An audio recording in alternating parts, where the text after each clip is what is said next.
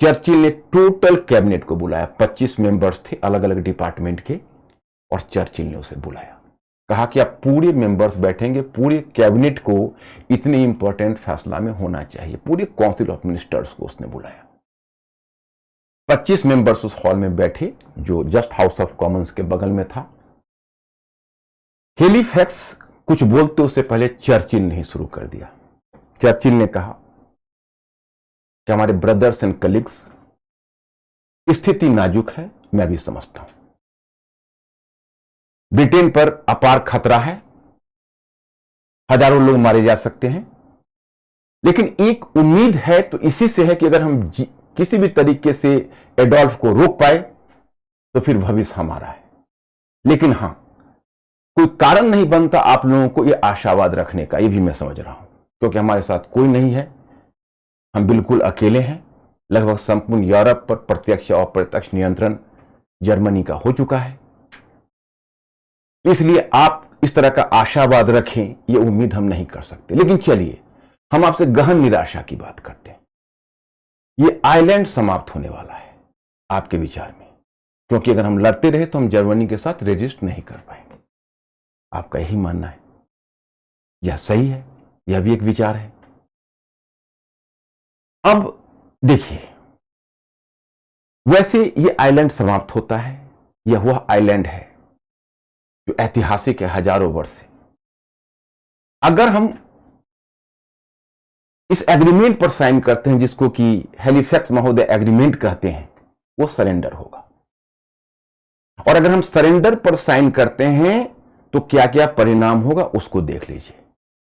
पहले जर्मनी हमारी नौसेना को भंग करेगा और पूरे नौसेना पर कब्जा कर लेगा। फिर जितने हमारे सामरिक केंद्र हैं उस पर जर्मनी का कब्जा हो जाएगा। उसके बाद हमारे आर्मी को डिमोबिलाइज करेगा, उसको नाम देगा डी अर्मामेंट, निशस्त्रीकरण, माने ब्रिटेन को निशस्त्र कर देगा। और निशस्त्र करके फिर इस व्यक्तित्व का नाम लिया जो उसका, वो अब अपना एक मनमानी सरकार ब्रिटेन में बनाएगा और ये ओस्वाल्ड मोज़ले प्राइम मिनिस्टर होंगे और ब्रिटेन की जनता जर्मनी की दास बन जाएगी। कहने के लिए ओस्वाल्ड मोज़ले ब्रिटिश प्राइम मिनिस्टर होंगे, लेकिन वो जर्मन प्राइम मिनिस्टर होंगे और इस तरह से हम गुलाम बन जाएंगे। वह आइलैंड जिसने दुनिया पर रूल किया है, वह आइलैंड आप याद करिए, हमारी वह नौसेना ये स्पेनिश आर्मडा के बाद दुनिया की सबसे ताकतवर नौसेना रही है। हमारा वो ऐतिहासिक आइलैंड जिसे चिपके हम लोग रहे हैं। माय कलीग्स, माय फ्रेंड्स, हम आप सभी से रिक्वेस्ट करते हैं कि ये आइलैंड का जितना महत्व है और हम लोगों ने जो अपने इतिहास बनाए और अपने गुड नेम कमाए हैं, उसमें जर्मनों का दास होने के बजाय बेहतर यही होगा कि हम सभी लोग जो 25 मेंबर बैठे हुए हैं उनके साथ और पूरी जनता के साथ खून से लथपथ होकर इसी आइलैंड से चिपके हुए हम भी मर जाएं, लेकिन सरेंडर नहीं। इतना कहना था, बस कैबिनेट मिनिस्टर सब ताली बजाने लगे और 2-4 मेंबर्स तो इतने एक्साइटेड हुए कि उस हॉल में दौड़ने लगे और आकर चर्चिल की पीठ थपथपाने लगे। कैबिनेट पर चर्चिल की जीत हो चुकी थी, कैबिनेट की सहमति मिल चुकी थी। हालांकि वो प्राइम मिनिस्टर था, लेकिन ब्रिटेन में प्राइम मिनिस्टरियल मॉडल थोड़ा अलग था और वह था फर्स्ट एमंग इक्वल्स था।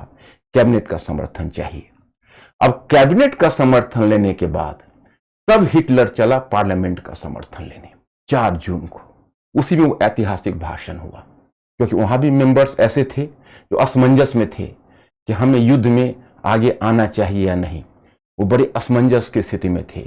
उस समय चर्चिल का वो ऐतिहासिक भाषण हुआ जो आपने इस वीडियो के आरंभ में सुना है। उसने पार्लियामेंट के मेंबर्स को कहा कि we shall fight in France, हर जगह हम फाइट करेंगे। I shall fight in France, fight in hills, mountains, landing ground, pasture land, fields, everywhere, beaches, I shall never surrender. ये जो ऐतिहासिक भाषण हुआ कि हम हर जगह, जर्मन भाइयों, हम आपसे पहाड़ों पर लड़ेंगे, हम आपसे फील्ड में लड़ेंगे, हम लैंडिंग ग्राउंड में लड़ेंगे, हम हर जगह आपसे लड़ेंगे, लेकिन हम फ्रांस में लड़ेंगे, हम फ्रांस को भी आजाद करवाएंगे आपसे, लेकिन हम कभी सरेंडर नहीं करेंगे।